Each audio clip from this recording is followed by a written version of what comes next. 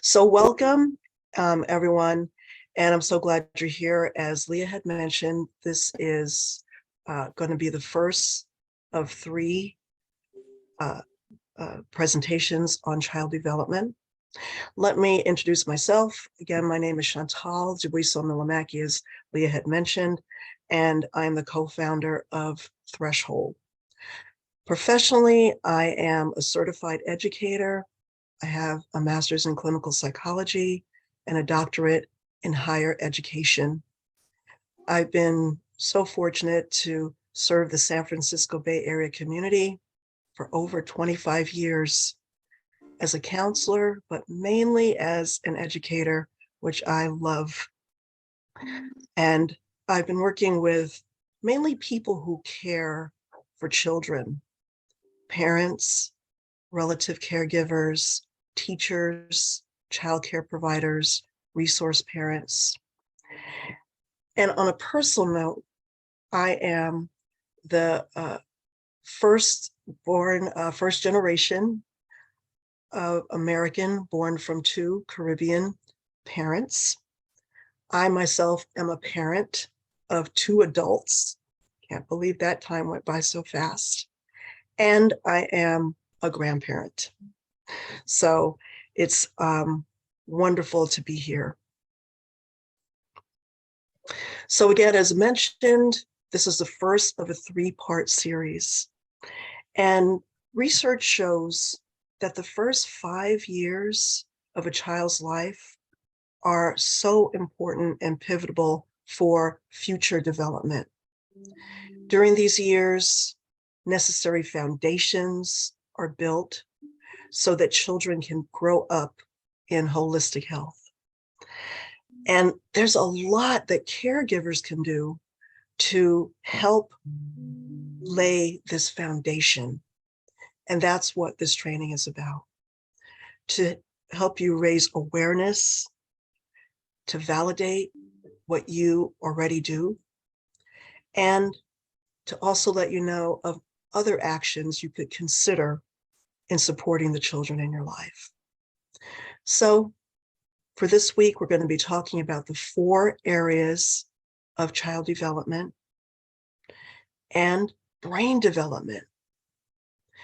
And then an introduction to Erikson's stages of psychosocial development, which is a wonderful way to look at the tasks that children might have as they develop, and also how parents and guardians can support them. We're going to use that. Oh, does someone have a question? We're going to use that framework to continue into the next session and talk about culture and parenting, and then look specifically at the stages of development through Erikson's model, and also with specific developmental milestones. We'll talk about the importance of attachment and how to build secure attachments in children.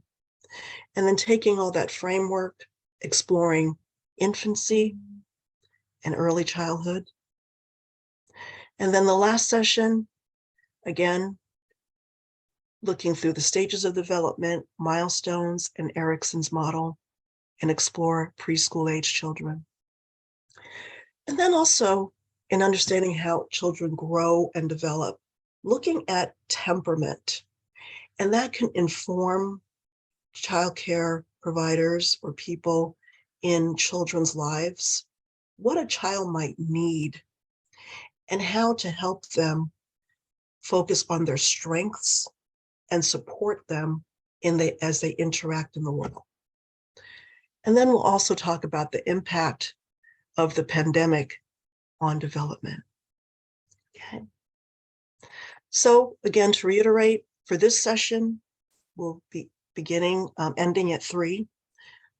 We'll have an opening activity in a moment, explore the 4 areas of development, and we'll talk about brain development, Erikson's psychosocial stages of development. And I also want to say questions and answers. We'll have a specific time near the end for questions and answers, but I want to invite you to ask questions throughout. It's okay. You're not interrupting me. I also want to invite you to have a paper, something to write with, so that if you have something that you want to ask, it's so frustrating sometimes if you can't remember. So just write it down, and it's okay to ask questions anytime. But if you don't, immediately, we'll have time at the end. So the objectives of this training is that participants, you'll be able to differentiate between the 4 areas of development. Identify 1 or 2 strategies that you can use to support areas of development in children, and identify 1 or 2 strategies to promote healthy brain development. Okay, so keep those in mind. Now, Leah went over some basic guidelines that mimic what I wanted to say. So just to add to what was stated earlier, being respectful of one another, right? So this is a great opportunity to learn a different perspective. And I don't think I have to say that, respecting each other, but just understanding that maybe people have different points of view. And it's a great way to learn maybe someone else's point of view, right? So just because we might entertain another point of view doesn't mean we have to change the way we feel. We could add to it, or just respect someone else's perspective. We already talked about cell phones. And please keep any shared information. If someone discloses something personal, please make sure to keep it within the group and not sharing any identifying information, so people don't have to worry about where information might go. And having an equal voice for all participants. So I invite you to ask questions, share. You can mainly use the chat. We do have a pretty big group, but however you are comfortable, okay? I want you to please feel comfortable to participate in the way you are comfortable. So I invite you to listen, reflect on the information that's shared, take notes. If you want to express yourself verbally, please raise your hand, and we can call on you. You could use the chat. And the main thing is for you to be comfortable. So I noticed that some people have their camera on, some people have their camera off. And I just want to say that all ways are okay with me. I will always have my camera on, right? But it's nice to see everybody's face, but I want you to feel safe in our space together, okay? Is there anything else that needs to be added to our list from what Leah had talked about and what I just added to help you feel safer within our group today?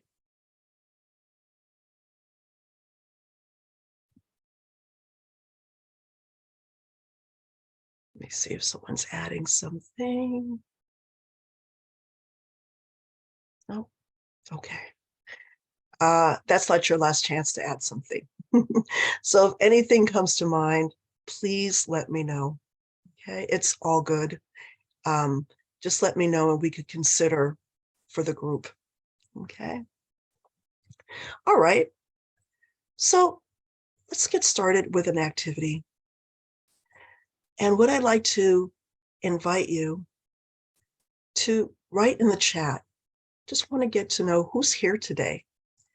So parents, home visitors, relatives like grandparents, childcare providers, resource parents.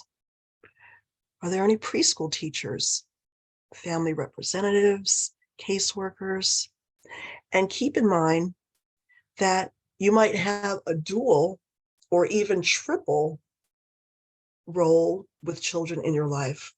So for example, I'm a facilitator, a parent, and a grandparent. Okay, so let me see.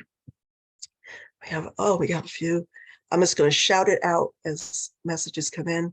Home visitor with the YMCA, home visitors, preschool teacher, center director, preschool teacher, childcare providers, parent, grandparent, preschool teacher, lead poisoning prevention nurse, case manager, public health nurse. All right, we have a huge variety of people here, and I want to welcome everyone.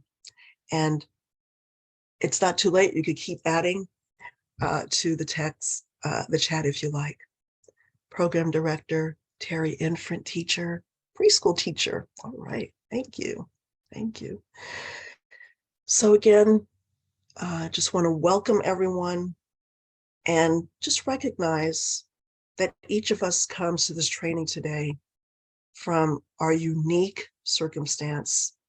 And many of us already have knowledge and experience on the subject of child development, right? So again, the information can validate what you already know and hopefully give you maybe a new perspective, if not. And keeping in mind, with new information, you can always do different things. So it's nice to expand our information base so we could make different choices. Okay. Licensed family treatment, Sierra mental health. Okay, there's a wonderful mix of people here today. So again, welcome everyone. So on that note, with keeping in mind what we share, I just want to ask you to consider something I like to put out there, having a toolbox analogy. So I like to say this because the concepts and strategies that we will share today, I'm going to ask you to consider putting them in the toolbox of your mind. And I love toolbox as an analogy because most of us have a toolbox at home, right? But we don't use every single tool in the toolbox all the time. But we know where that toolbox is when we need something. So again, some of the information you might say, you know, I'm going to consider that now. And the rest, put in your toolbox for later. So we're talking about child development, but keeping in mind that as adults, we're not a finished product. We're still developing. We're in a chapter of our life, not the end of the book. So as your life journey continues and you experience different situations, keep that toolbox in mind that you can always pull from there because it's always there when you need it. Okay. And then also you'll have a copy of the PowerPoint and there'll be handouts for you to add to your toolbox. Okay, any questions or comments?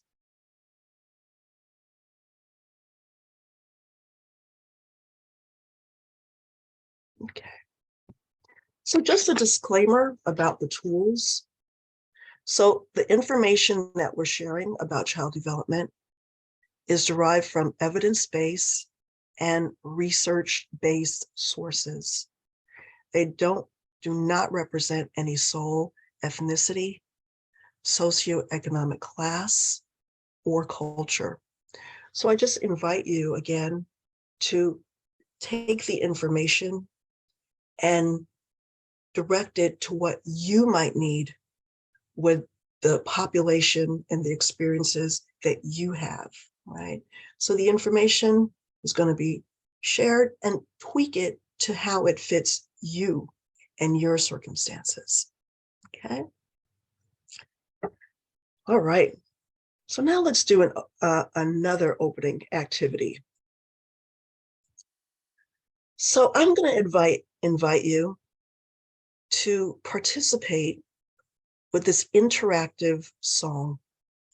And as we're talking about child development, studies show that children learn through bringing in their senses, right? Movement and switching between activities and play between structured activities.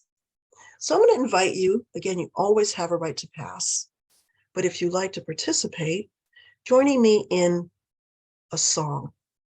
This song you might know, and it has some body movements and actions. That's why you might have to pass, but I hope you would give it a try. And this is a song that you hopefully you know called Head and Shoulders, Knees and Toes. So for this, I invite you to stand up and stretch, or you could remain seated. And if you'd like to open up your mic and sing along, I will not judge your voice quality.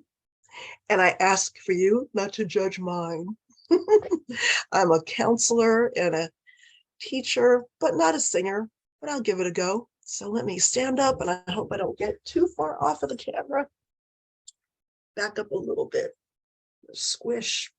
I see people stretching. That's a beautiful way to start, especially in the afternoon.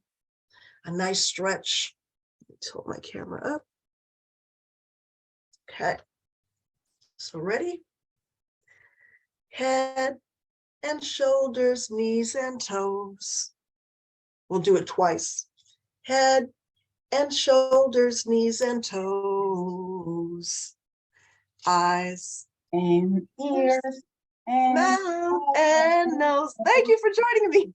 head, shoulders, knees and toes. Knees and toes. One more time. Okay. And more people could join too. Head and shoulders, knees and toes. Knees and toes. Head and shoulders, knees and toes. Knees and toes. Eyes and ears and mouth and nose. Head, shoulder, knees and toes. Knees and toes. People start spinning up. Thank you. Oh, reflect on how you feel. I see some smiles. I see some, I know I feel lighter. And so thinking about how we feel when we bring all of our senses and do an activity, and how that can help young children. So again, thank you, giving yourself a hand, and also give yourself a hug. If you can, hug both ways. Right, okay. All right, so let's get started.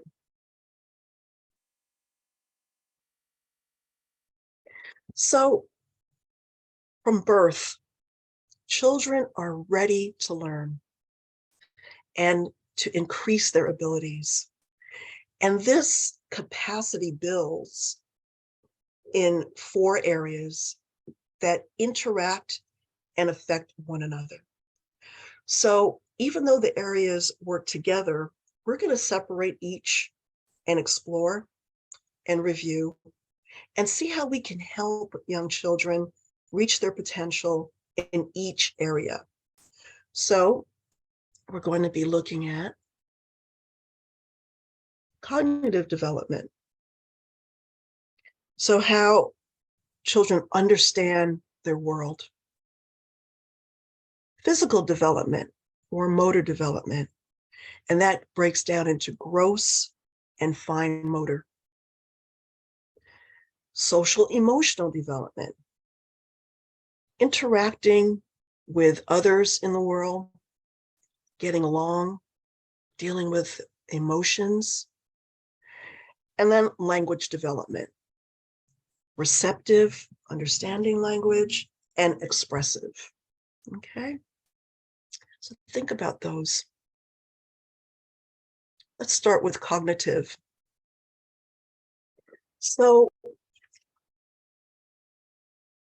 when we think about cognitive, as I said, It refers to a set of brain processes in which children begin to understand their environment and organize all of the information that they're receiving from it.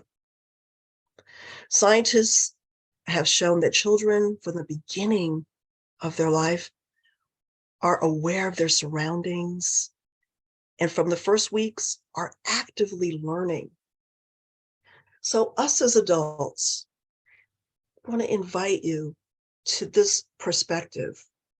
How do we know when children are developing cognitively, right? What's some of the cues? What might we see? Okay, so consider that. And let's look at some of these areas. Okay, so looking at, for example, this picture.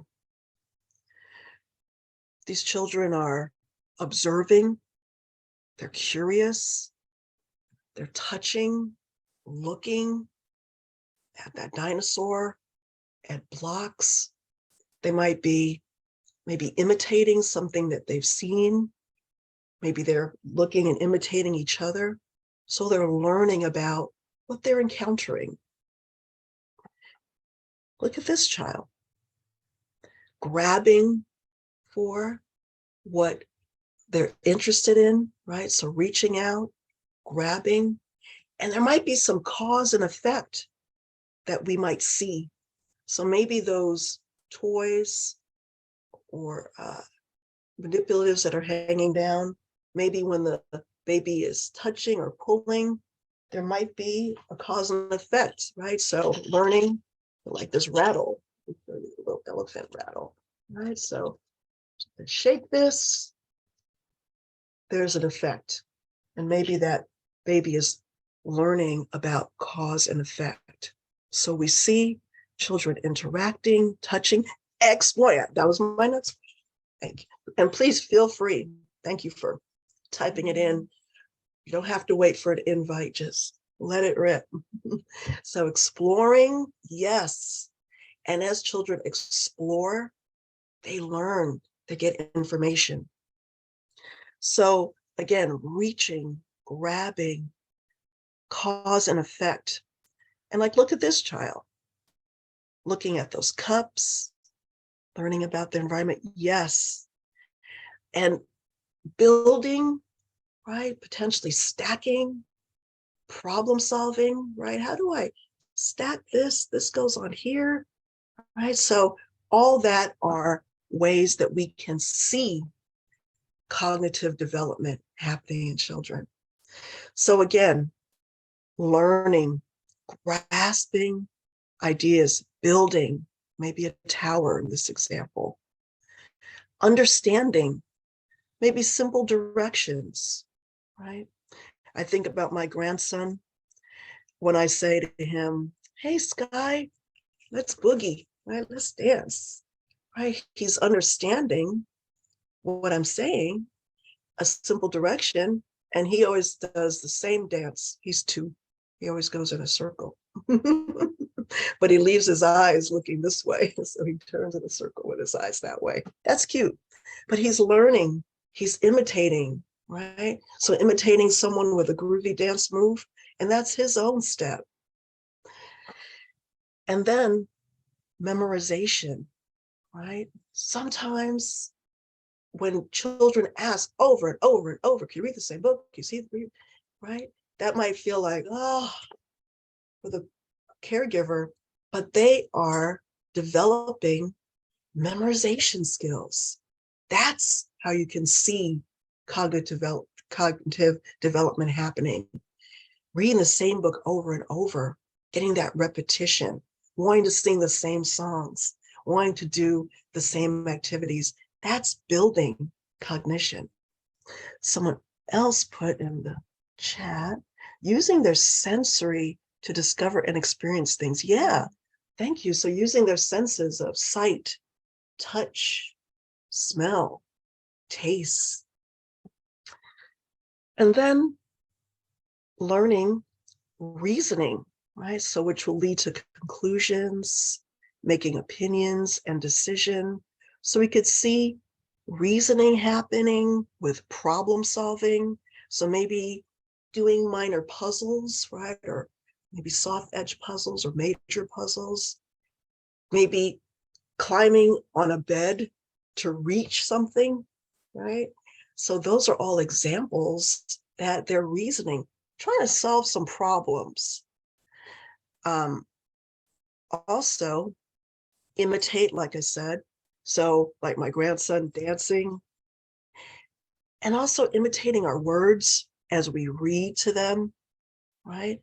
And if we played that head and shoulders, knees and toes with children, right, they might try to imitate that too. So when they do that, we know that's cognitive development happening. And they might do head twice, shoulder, right, or miss, but they're trying. So not perfection, but they're making progress. Isn't that beautiful? And then being able to concentrate, maintain attention on something that is interesting to them, like when we read together, or maybe playing with their dinosaurs, or dancing, right? So that is growing, that concentration. And when they concentrate on something, we could see that's cognitive development in action.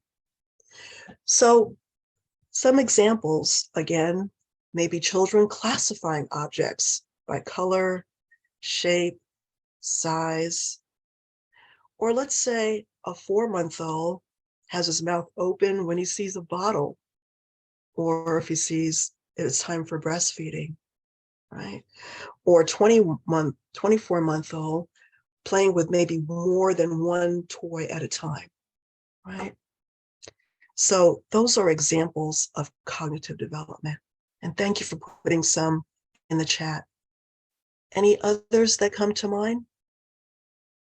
Is there a cheat sheet on how each bullet point is seen by month? You know, we have some resources for you. Next week, we're going to break down each of the developmental, not only through Erickson's psychosocial development, but by milestones.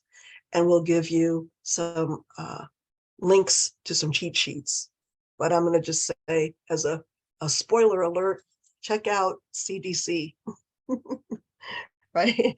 So they have fantastic, there's so much information, but CDC is fantastic. They have some really good information. Yes, thank you. So sometimes understanding cognitive development and developmental tasks can help with expectations. That's why trainings like this and your jobs are so important, to really inform parents, let them know, what to expect, and to lead them to resources that can be supportive if that's what they like to explore more. So, yes. And so when we also continue to explore how children develop, keeping in mind that children develop at different rates, right? Not every child develops at the same rate, even if you have siblings, even if the siblings are twins, right? We're all unique. And so understanding how children develop can help with expectations, right? And letting parents know, caregivers know what resources are available if they're interested, can help to alleviate some concerns. But thank you, that's a great question. Anything else with cognitive? Okay. Let's move on to physical and motor development. Okay. So motor development refers to how children move and how they control their body. And this learning is also noticed from birth. Babies move their mouth, move their eyes, move their head, maybe toward their caregivers. And motor development involves muscle development, physical coordination, balance, the ability to move, but also the ability to stand still, right?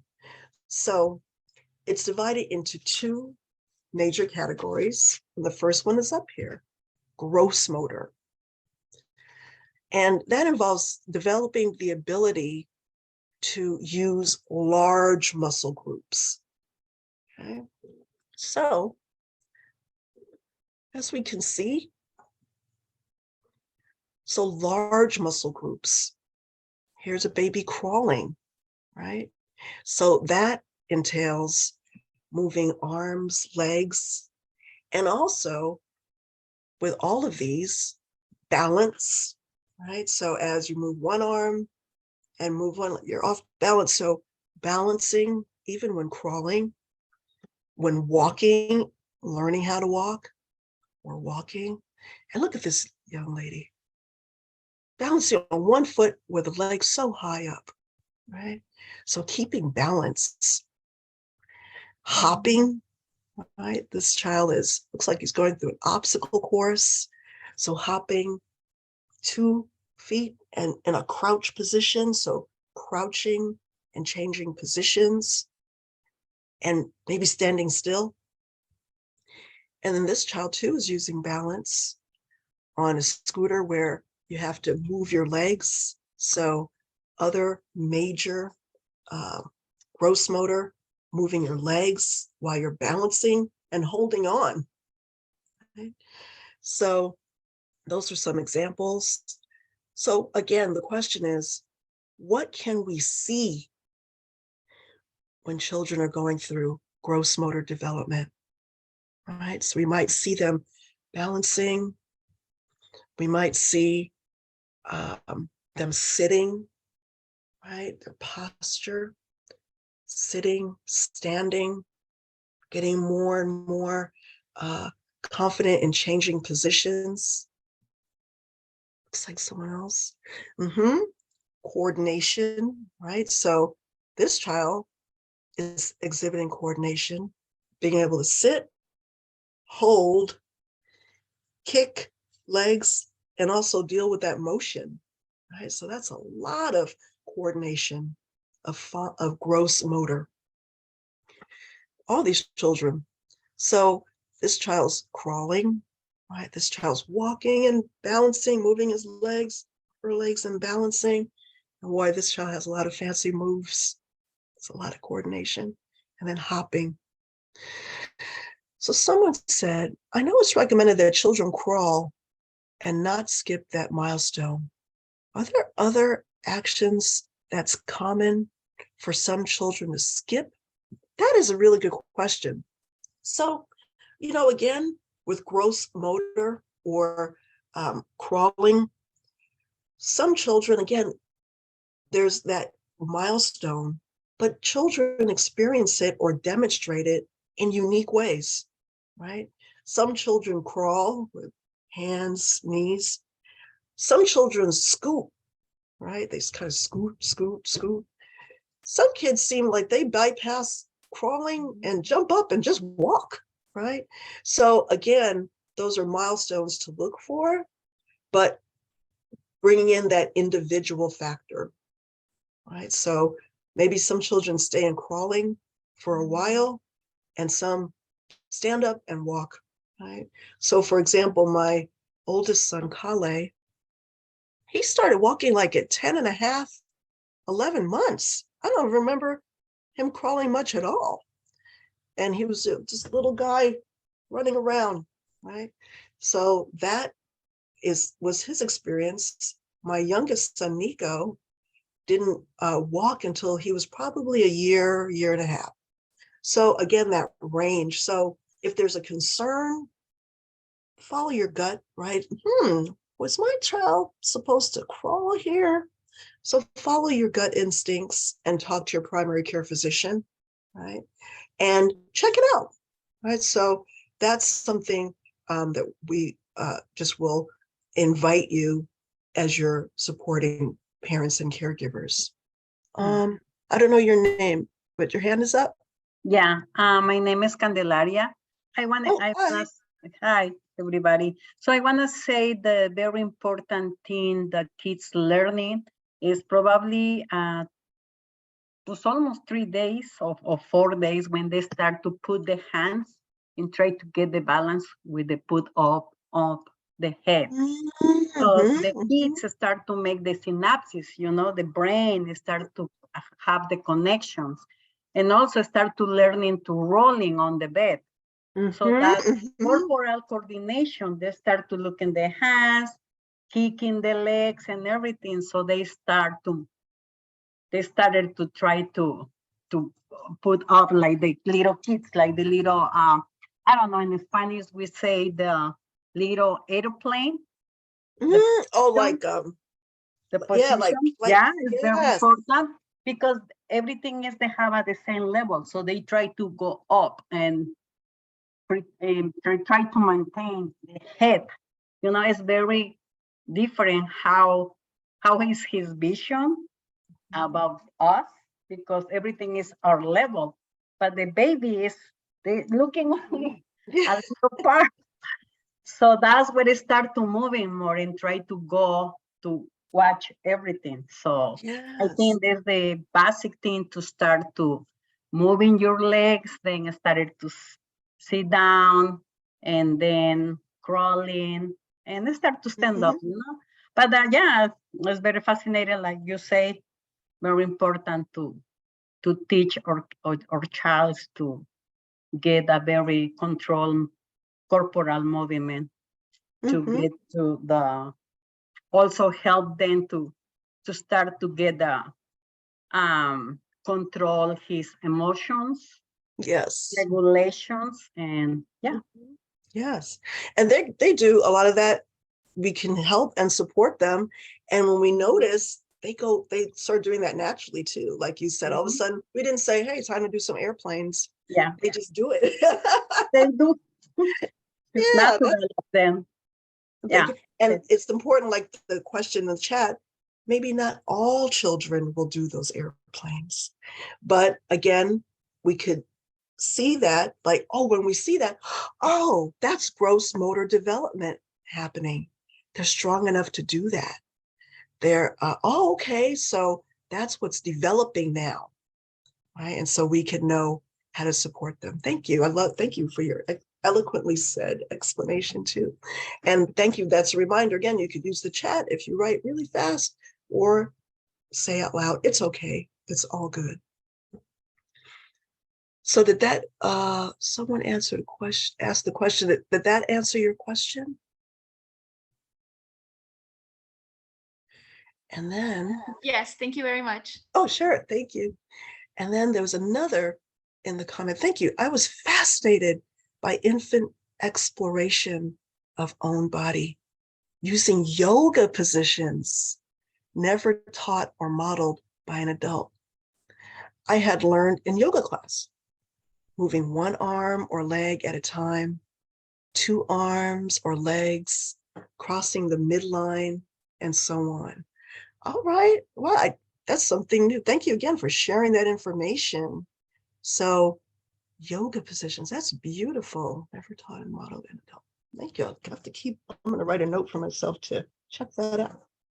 Thank you. So again, those what you had said are all examples of gross motor. One arm, one leg at a time. When you see children holding on and then bouncing, right? That's all gross motor, and it incorporates, again, learning their posture that they'll need for sitting, standing, changing positions, balance for dancing, right? You might see them standing on one foot, walking and running, even kicking, right? That's gross motor to be able to stand on one foot, kick with the other, even throwing a ball. That's part of that eye-hand coordination, throwing, and even catching, right?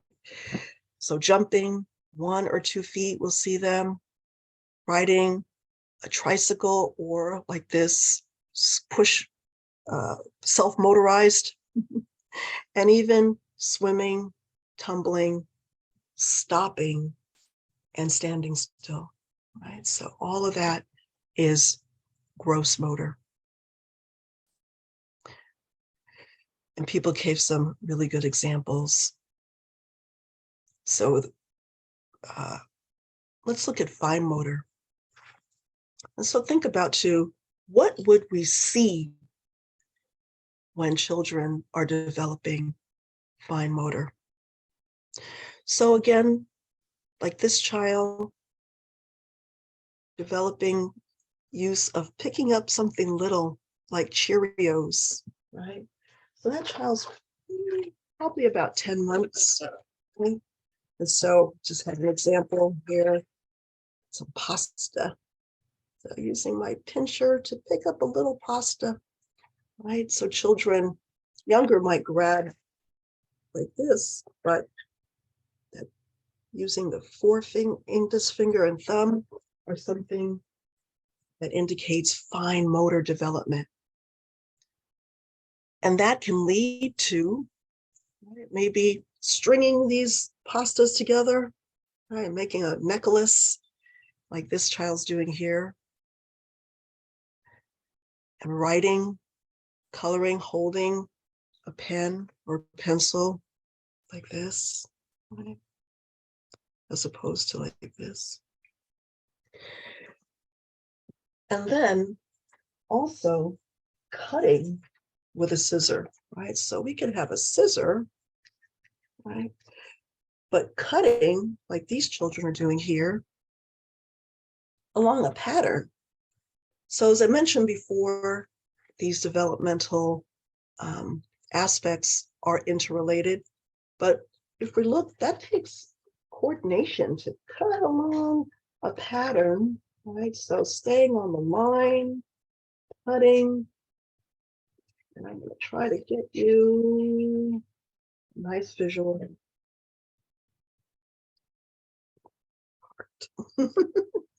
So again, those are what we can see, right? And looking at this, at these representations can give you some ideas. So again, cutting with scissors, collecting small items, also using clips, right? Chip clips, that takes small fine motor. Or right, spraying a spray bottle. You might see them wanting to help water plants and spray with a spray bottle, right? That takes fine motor. So, and then someone had mentioned eye-hand coordination. So again, with cutting, so we're not just in the air, but we're cutting along a line, and that's eye-hand coordination. Okay. So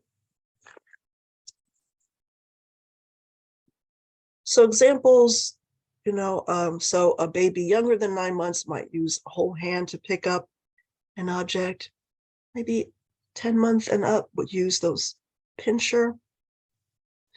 And maybe a 24-month-old might hold a spoon, right, and eat with a spoon. And that takes fine motor. Any other examples that come to mind of what you might see?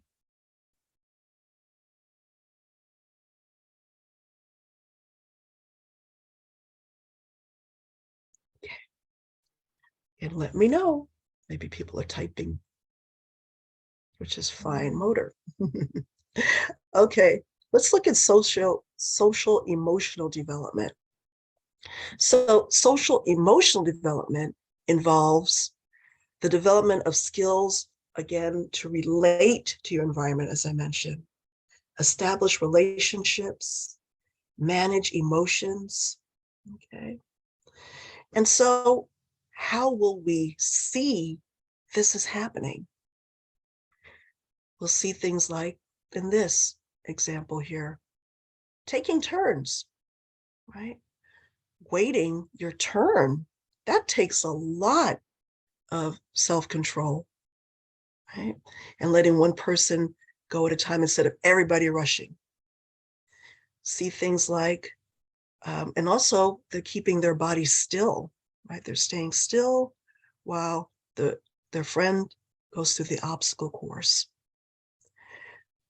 You also see cooperation, right? Look at these two children working together, building a beautiful block structure that takes sharing, cooperating, teamwork. And then look at these children having fun. So pulling on a tree, but working together. So also enjoying each other, right? Sharing space. Looks like somebody someone wrote team building. Yes, they look like that's a fun team building activity. And again, relating to your friends, enjoying yourself. So, why is that slide in there? Those kids look like they're fighting. Well, it's kind of hard sometimes to see siblings fight over, looks like a tablet. Number one, you don't want to break it and you don't want someone getting hurt. But when children are disagreeing, that's social emotional development too, right? They're learning to negotiate, to start building empathy and seeing what does that person's point of view, right? To cooperate, to work problems out, right? So kids learn a lot, even if they learn collaboration, negotiating, someone put a thumb up, team building, right? So I know the rule in our house growing up, and it might be an extreme rule, but could work your problems out, right? But no blood and no breaking up stuff. But learning that, just when children are disagreeing, they're learning the skills to agree, right? And that is part of social emotional development. So when they work it out, boy, do they learn how to work things out in their outer world. And then look at this. So again, social, and we got the emotional. So learning to regulate emotions, and young children can't regulate alone. They need us to help to calm them, to help them to regain calmness and give them that support. So look at this child going to his attachment figure, someone that he trusts, and he's just feeling a lot of emotions. And so he and the caregiver are helping him regulate, right? Again, children cannot regulate alone. They need us. And that's beautiful that we could be a part of helping them regulate. So another thing that I've seen a lot of childcare providers, a lot of places where there's children, is feelings charts, right? And there's probably there's so many online, but helping children to identify, what are you feeling, right? I've even noticed some people in classes starting their day or having that as a place where children can point to how they feel. And boy, again, when children are starting to learn to name their feeling, and also it gives a message that feelings are okay. All feelings are all right. They help you understand situations, like your reactions, and they can alert you to what you might need, right? So uncomfortable feelings might let you know that something's not right. I need something. Comfortable feelings can let you know I'm satisfied, right? Everything's all right. So helping children to understand what they're feeling, and that's where caregivers can come into, helping them put a name to their feeling. so that they don't always have to act it out, and understand there could be a mix of comfortable and uncomfortable feelings, that all feelings are all right? So feelings like loving, excited are comfortable. Maybe some uncomfortable feelings are confused, lonely, scared, right? Those feelings are all okay. So again, the ability to form relationships, relate to others, express emotions and feelings, and learn to regulate them. Starting to develop empathy, knowing when maybe another child is hurt. That's something maybe a 24-month-old might notice, that that child is hurt. Negotiating, cooperating, people said teamwork, collaboration, resolving issues and disputes with others, starting to see another person's point of view, learning self-control, waiting your turn, following rules, and that all fosters developing self-esteem and appreciating more and more who you are, with patience, right? And getting along with people, others. So, examples of socio-emotional development might be, as I mentioned, 24-month-old noticing when another person is hurt. Maybe a 4-month-old smiling at their caregiver, right? And maybe a 12-month-old maybe playing hand games with a caregiver, right? Someone who they love and trust. And people have been adding more comments. People put a thumbs up: negotiation, team building, collaboration, understanding behavior. That's beautiful. Those are beautiful examples.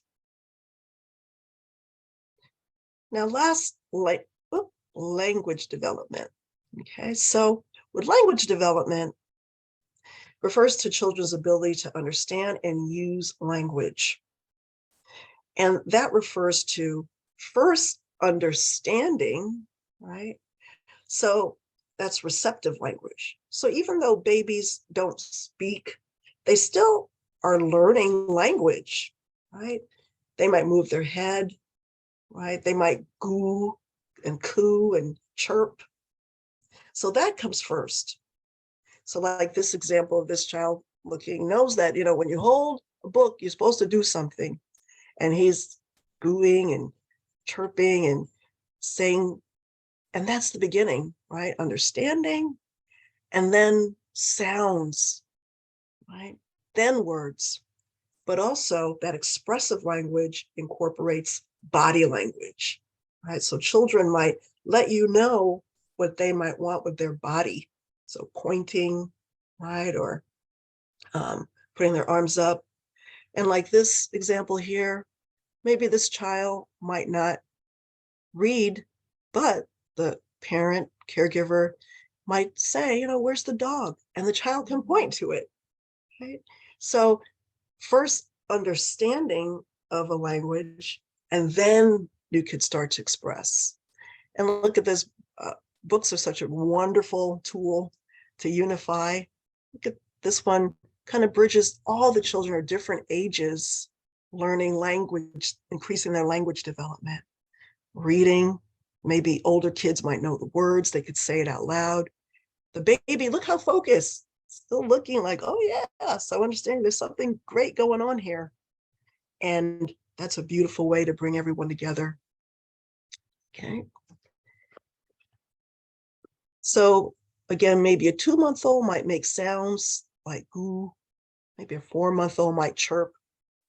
Maybe a 9-month-old might raise his arms to be picked up. That's body language, right? Maybe 11-month-old might turn their head when we ask the question, where's Juliet? Where's your sister? And they might look around where Juliet is. So they demonstrate understanding. And a 14-month-old might say a few words and maybe can follow some simple directions. So someone wrote, so that was my next question. So how do you know that your child is developing in the category of language. So language is important to make the bone with the family. So kind of like the structure. Yeah, so it's could bring family together. I love that. Thank you. And also, I know we were talking at the beginning, like even if you're, let's say, watching TV, an example, something I've always done at home was have the caption on, right? So the words that the people are saying are there at the bottom. And it was funny, my son Nico, I don't know how old he was, maybe he was maybe 8 or 9. He was like, wait a minute, the words at the bottom are what the people are saying? And I was like, yes. He's like, I said, what did you think it was all these years? He said, I just thought it was words at the bottom like news. So connecting to develop language. Yes, yes, thank you, synapses. So now that we get into exploring stimulating development, 4 areas of development, let's talk about how we can stimulate development, right? So children grow older. As they grow older, they're able to do more in each of the areas of development. And the 4 areas don't always develop at the same time, as we mentioned. So people might have different strengths and different speeds of development. So let's say a 2.5-year-old knows a lot of the alphabet, maybe even could count to 5, but maybe doesn't climb, right? So the cognitive memorization, sequencing, attention, maybe imitating with alphabet and with numbers is there, but gross motor, climbing, balancing might not be developing at the rate of cognitive development for this child. Or even let's say a child realizes there's some cookies on the top shelf, a 3-year-old, and they move the chair to get those cookies, right? So that is problem solving, right? Cognitive development. That is gross motor, moving the chair, right? So again, thinking about how the different developmental areas can grow at different rates. But then, they're interrelated. So, for example, let's say a dad tells his daughter, hey, let's separate some blocks, right? So let's say here's some yellow blocks and some red blocks, and some yellow blocks. So let's separate them. And so putting them maybe in a row, putting them in different bins can be an example of the child understanding receptive, right? So kind of receiving the information, understanding directions. Sorting by color is cognition. Picking them up and moving them is gross motor, or if they're really thin, fine motor. So someone wrote, yeah, visual, color, texture, sensory, yes. So so just that one thing, hey, let's separate these blocks can really stimulate so many different kinds of development and really help to enhance. So development in the areas can use some help and support to manifest them properly from caregivers. So the role of parents and caregivers in the lives of children is so important to stimulate and enhance each area of development. So looking at these slides, right? So this child's in a high chair, got some Cheerios there, some food, pick up. They're holding a spoon, right? Kind of problem solving, trying to grab some food with the spoon. Look at this. So this lady is playing hand games, right? Stimulating development with cognitive development, movement, singing, language development, understanding, maybe one hand then the other, both. So kind of stimulating development in those areas. And look at these children waiting their turn. And wow, look at this adult playing some music, giving directions that the children look like they're following, dance, and then encourage them freeze. So they have to hold the position. Again, that's motor, right? And the emotional development, working together, enjoying yourselves together, sharing a space, right? So there's a lot that caregivers can do. So what I'm going to ask, we're going to give you a handout. It's available at the end, and it can list some games and some practical ways that you can enhance the development of children in your lives. And you could share this list too. So what I'm going to ask you to do, though, before we take a short break, is I would like you to think about one activity that you could do with the children in your life that can stimulate 3 areas of development. So, for example, if you say, hey, your job is to put this chip clip on some chips, and the child does it. So that's fine motor, color recognition, right? Cognition, directions, right? Put it on the clip. Also language, so that's 4, right? So let me give you a few moments, and then we'll have a short break to think about what's an activity that can stimulate 3 areas of development. Someone already put something in chat so fast. Peekaboo. So let me give you, it's 2:05. Let me check back with you at 2, 5, 6, 7, 8. At 2:08, maybe just a few minutes, and then I'll see if you need more time. Then we'll, excuse me, take a few examples and put it on the board, but I'm going to start with peekaboo.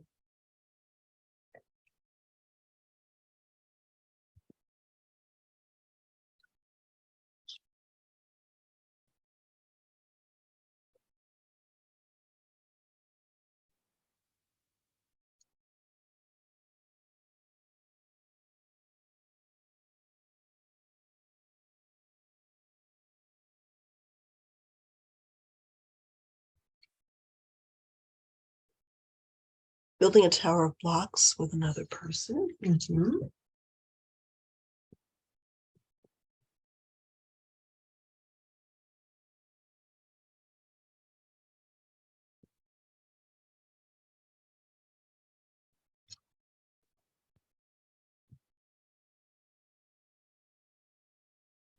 Ooh, that's a lot.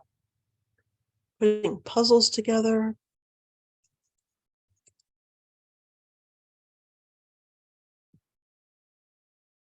Reading a book. Letting children turn the pages is fine motor. Mm-hmm. Listening to the reading and focusing is cognitive. We have social, spending time. You got it. Simon says.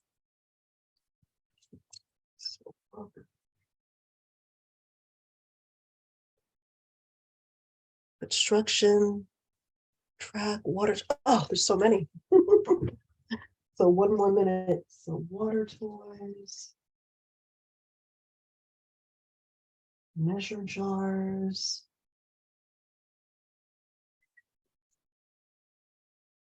Nice. Construction.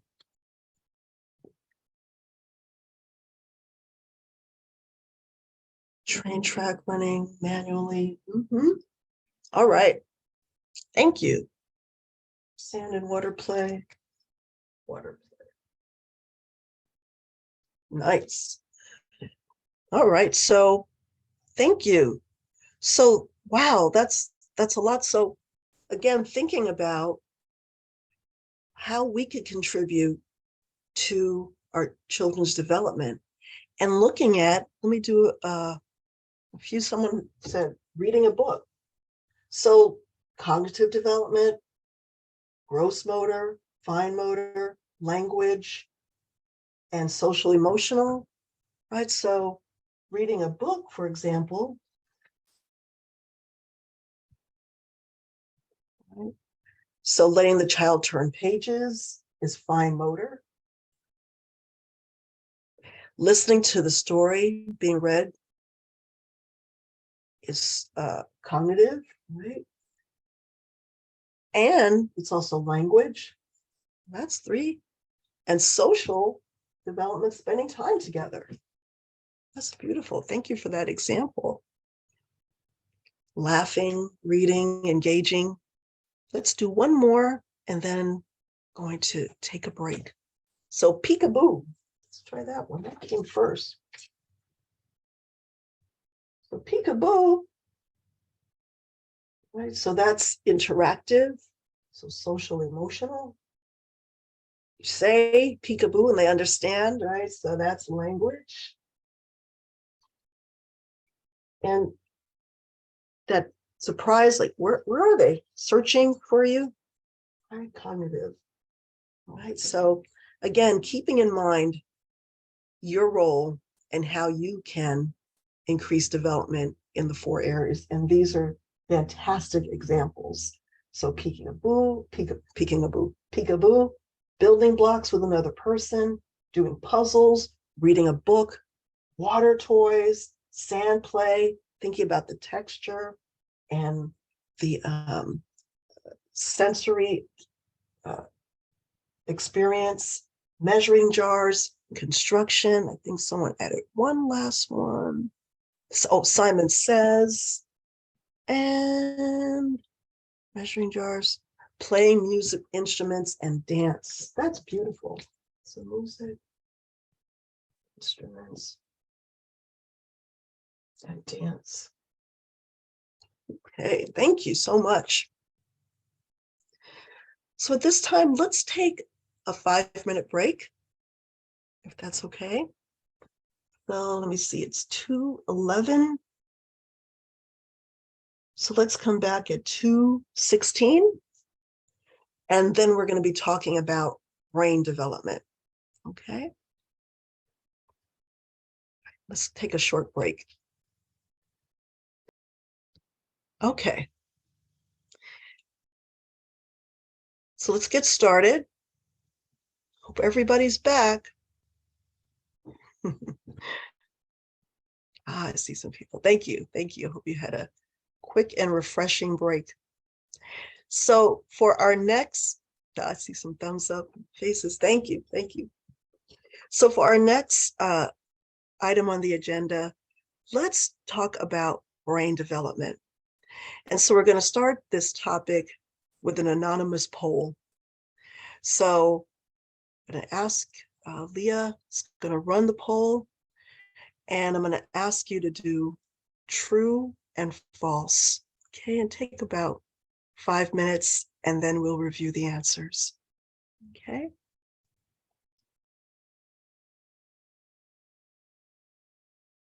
All right. I thought it might end, but maybe. Oh, here we are. Share results. All right. So, okay, great. So let's go over some of these answers as an introduction to brain development. So the first one, children's experiences before age 3 have limited impact on later development.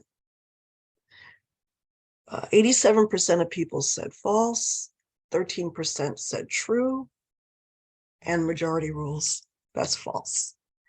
So early experiences affect the quality of the brain's basic architecture and can establish solid or a fragile foundation for subsequent learning, health, and behavior.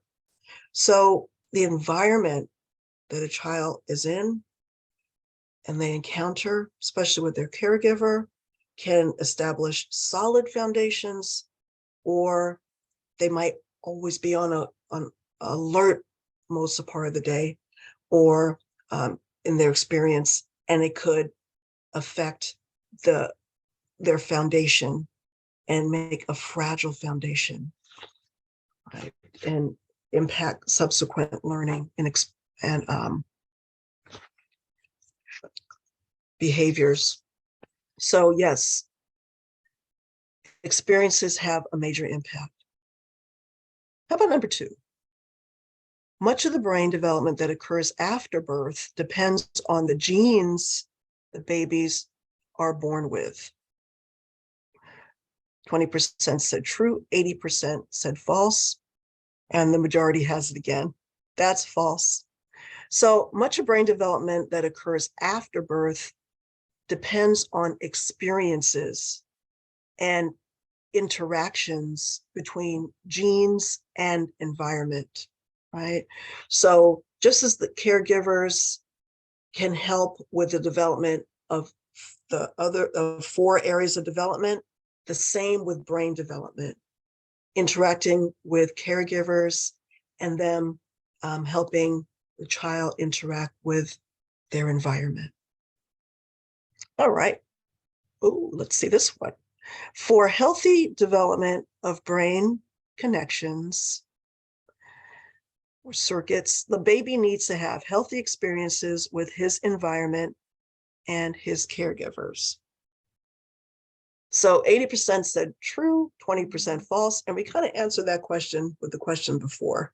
So yes, it is true. For healthy development of the brain, the baby needs to have healthy experiences, and lack of these experiences can lead to a lack of specification of components of the brain. So healthy experiences can lead to enhanced emotional well-being, social competence, build emotional, physical, and social skills, cognitive, linguistic abilities, and it's important prerequisites for later success in school, workplace, and community. So that was number 4. Did I skip one? Oh, I did skip one. Excuse me. Number 3. Brain development is a process which begins approximately 2 weeks after conception. 80% said true, 20% said false, and the majority rules it's true. So the brain development is a prolonged process that begins about 2 weeks after conception and continues into young adulthood. So for example, aspects of the prefrontal cortex develops after age 18, where you see more empathy and more judgment developing. Okay. Then number 5, the brain's capacity for change grows with age. That one is 93% of people said true and 7% said false. So that one is, the majority doesn't rule. It's false. So this is from research from brain development in early years, and also from research from Harvard. Says the brain is, flexible and malleable most in the first years of life, right? So it makes specific specialization and takes on more complex functions and is less to reorganize later, right, in life and adapt to new or unexpected challenges. So, for example, the early period of life is characterized by sensitive periods that depend on patterns of information and input from the environment. And in response to that input can become skewed and future modifications can become challenging. So a good example of that is trying to learn a new language, right? So when, even if you learn a new language later in life, you might still have an accent, right? So that's an example. All right, well, thank you. So again, just a way to introduce brain development, and let's talk a little bit more about some details. So the brain is made up of billions and billions of neurons, right here. And babies are born with all the neurons of an adult, but have very few connections between them. So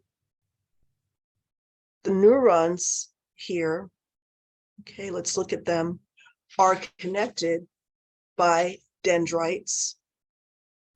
And these dendrites are connected by synaptic connections. So information flows through from cell to cell through the synaptic connections. So for example, if us as adults touch a hot kettle, that information goes up through our arm and reaches the part of the brain that understands hot and cold, and super fast, that information reaches our brain that controls movement, so we could move our hand, right? So those connections are how information is shared. But again, babies have the neurons, but not all the connections. So that's why you might see that babies can do a few basic things. They could breathe, go to the bathroom, they could suck milk, right? No one has to teach them how to drink milk, but they can't see very clearly. They can't really control their body movements. They can't speak, right? And that's because the neurons aren't there, but the connections aren't all there. So during their first year of life, these connections happen. The peak of cerebral connection creates about 2 million new synaptic connections every second.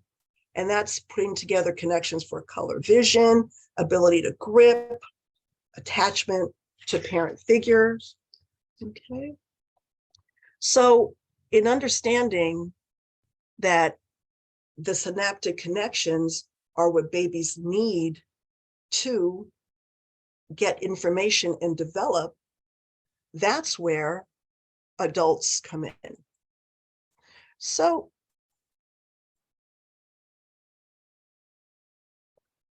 the brain develops by interaction, right? So just like we said with the poll, and so we also talked about the other areas of development, interaction is the key. When children get interaction, that's what makes those synaptic connections. So experiences in their first year of life changes the plasticity of the brain and helps make those connections. So the brain doesn't develop by itself, right? If a baby is left alone in his crib, the brain might not develop properly. If you remember, there was a very sad story in the 80s, and it was about an orphanage. There was someplace, it was in America, it was someplace in a different part of the world where it was low staffed. And even though the staff was good-hearted and wanted to help, there was not enough people to pick up the children, to interact with them. And the children were left in cribs, and a good number of them passed away. So the brain needs that connection, the interaction to develop. And what age do connections start happening? Right away, right? So right away when children are born and we start interacting with them, we touch them, we hold them, we look at them. Every time you touch them, you are making connections in your baby's brain. So again, every time you interact with your toddler, with your baby, you're forming connections. And their emotional and social development largely depends on these connections. So brain development depends on how a baby is cared for. They're very sensitive to positive and negative interactions in their environment, right? So again, the brain is flexible and malleable the first year, and specialization and complex functions takes place, but it depends on how we interact.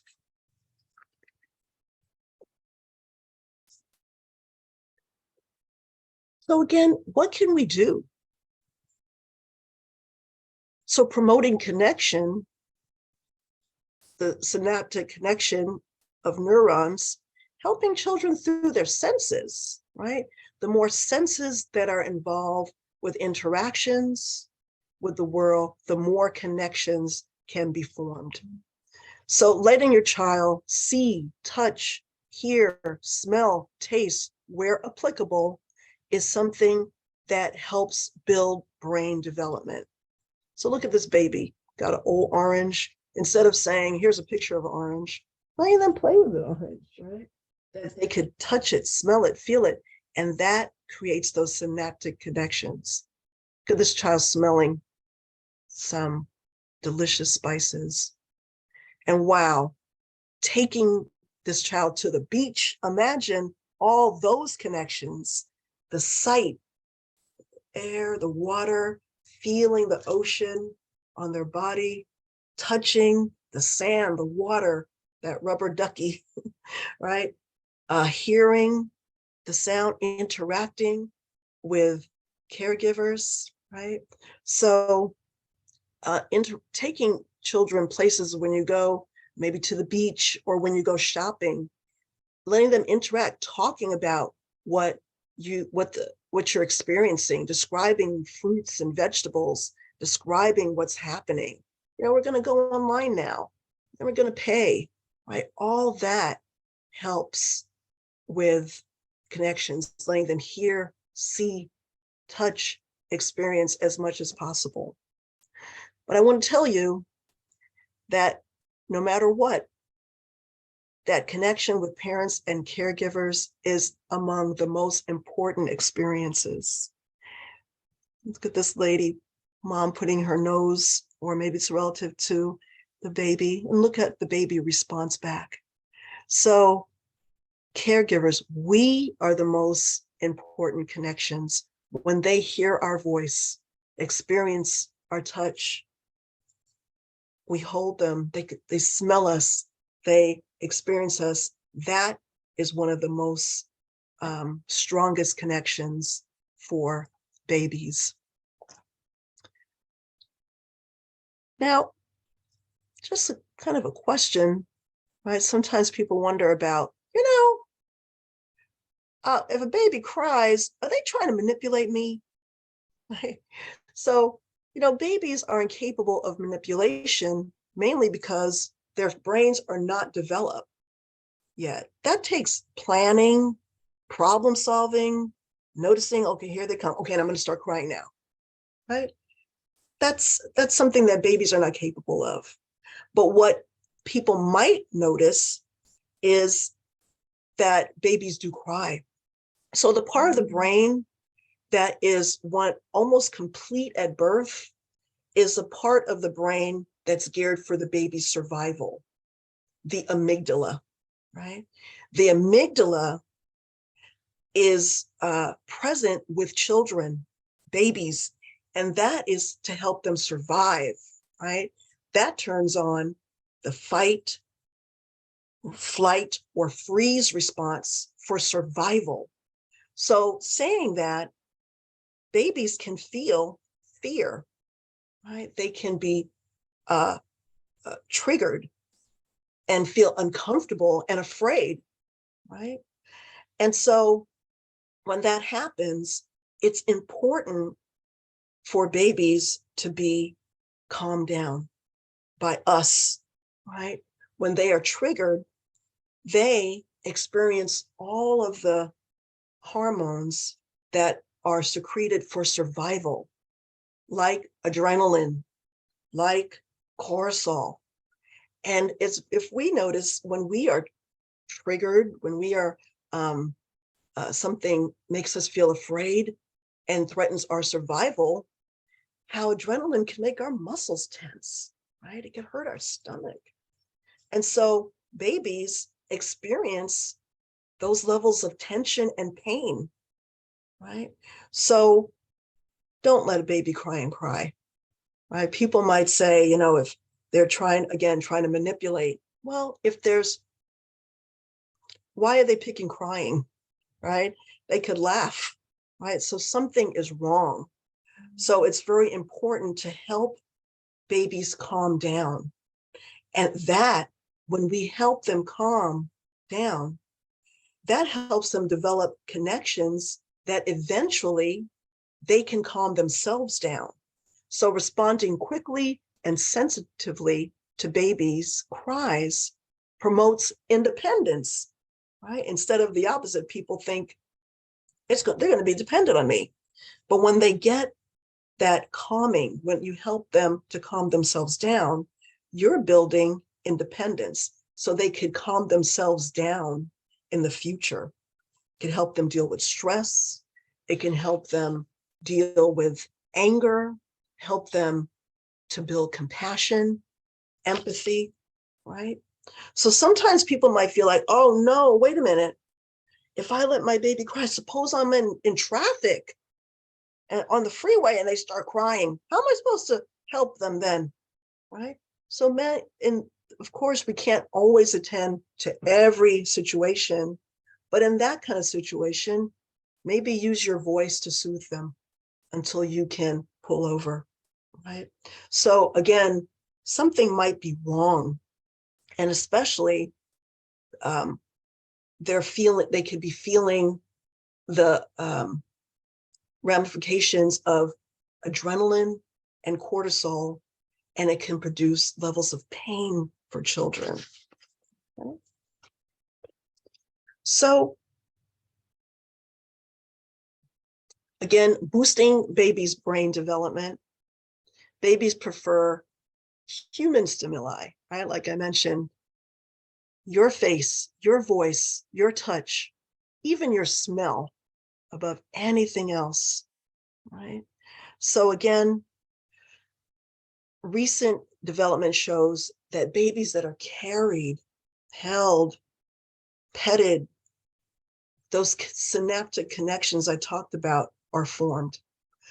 And when children receive help with dealing with intense feelings, the brain develops ways to deal with stress later, right? So you're setting up those connections later instead of helping them to be more independent, right? So in thinking about brain development, what are some ways that us as caregivers can help stimulate optimal brain development? I'm going to ask you to put some ideas in the chat. We talked about a few ways. So what are some ways that really stood with you?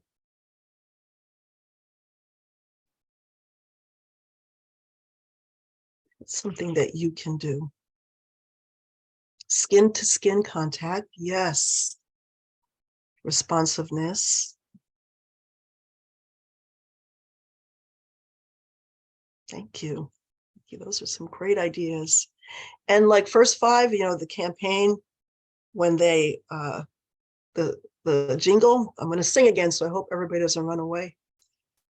Talk, read, sing, right? So even if we can't get to our child, maybe we could sing, right? And we could maybe see that can soothe them because our voice is so important to them. Okay, so thank you. Great, so I want to, before we come to an end, I just want to talk a little bit about Erikson, and keeping in mind that the next time that we meet, we're going to be talking about Erikson's stages of psychosocial development. Okay, so there are many different theories and ways to look at how children develop. And Erikson is one of the most well-known and accepted theory of evolutionary psychology and developmental psychology. And so Erikson's theory can be seen as a lifespan developmental theory from newborn to adulthood. And I like this because if you think about it, as people grow through a series of stages, it's like a stair step, right? So you grow up. Erikson's stages focuses on changes that occur across a person's entire lifespan, from birth to death. And at each point of development, people cope with a psychosocial crisis. So social, right? So the person's individual needs, psycho, and the needs and demands of society, social. And Erikson explains that a person passes through 8 developmental stages that build on each other and contain a unique crisis and a task. So when the task or crisis is reached, it leads to the ability to contribute to lifelong well-being. So with the first developmental milestone is trust versus mistrust. Let me get a different, so that's infant, toddlers. Let me give you a different framework. So keep in mind, it's going up, but I like this. You can see this a little bit clearly. So the approximate age is infant to 18 months. Trust versus mistrust is the crisis or task. So children develop a sense of trust when caregivers and providers are reliable and they care for them and they show them affection, and they could develop a sense of hope. If this task does not happen, they could develop a mistrust in the world. Okay, so that's how that can be read. 18 months to 3 years is developing autonomy. And so the task is develop a sense of personal control and over physical skills and a sense of independence. And they could develop a sense of will. Failure to do so can result in feelings of shame and doubt in one's abilities. 3 to 5 years old, initiative versus guilt. So the task is to begin assessing, getting control over their environment. And success can lead to feeling a sense of purpose. But if a child tries to assert power and maybe experiences repeated disappointment, they might feel a sense of guilt. Okay, so those 3 stages are what we're going to be focusing on starting next week. But let's look at the rest. So 5 to 13 years can where children are going to school, where there's a bigger social network. The task is to cope with new social and academic demands. Success can lead to a sense of competence that you can do, skill building, and failure can lead to a sense of inferiority. 13 to 21, and some also cutoffs to keep in mind are 13 to 18, but within that range, it's identity. Question of people in that stage of life is, who am I? Where am I going? Right? So who am I? They're establishing their identity. So the need to develop a sense of self, a sense of personal identity. And when that happens, you could develop fidelity, really finding out a cause. Well, who are you? What do you stand for? And failure can result in confusion. Who am I? And then with adults, 21 to 39, intimacy, establishing close relationships, or failure to do so can result in feeling of isolation. 40 to 65, generativity, right? Giving back, setting up a legacy that continues maybe with children or with projects that can last beyond your time. And 65 and older, a sense of integrity. What have I lived a full life, right? And that you could develop wisdom, a sense of wisdom, or a sense of despair and regret, right? So that's the overall. So we're going to focus on the first three starting next week, ranging from newborn to age 5. Oh, people have to go. So let me just wrap up. I just want to stop for any final questions. So keeping in mind everything we talked about, parents and caregivers are their children's first teachers.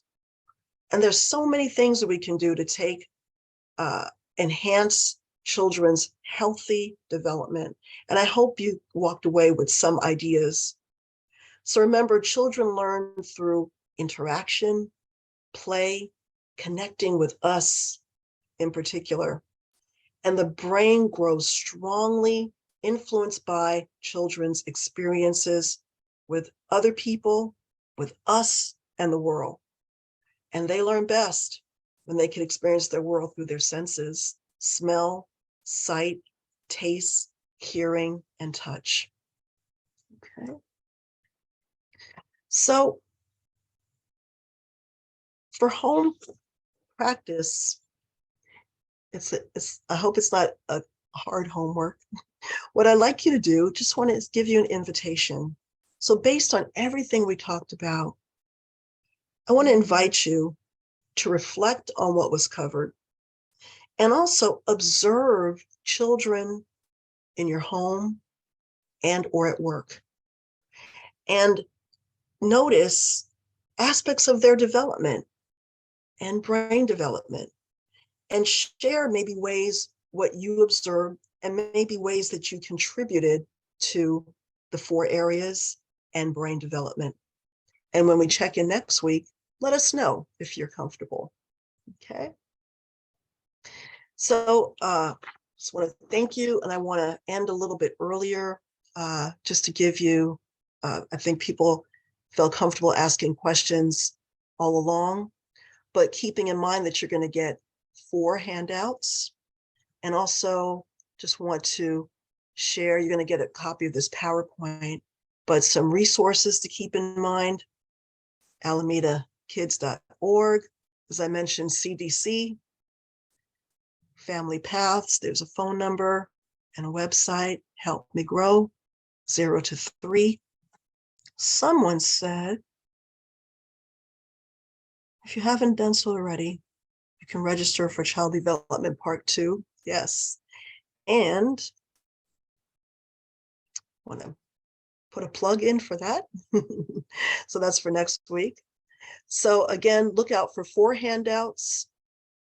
And are there any final questions, comments, and feedback about anything we talked about today?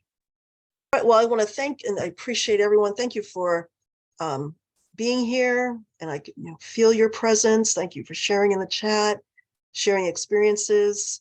And I just want to encourage you to please have a fantastic weekend. Take advantage of that sunshine. And I hope I see you next week.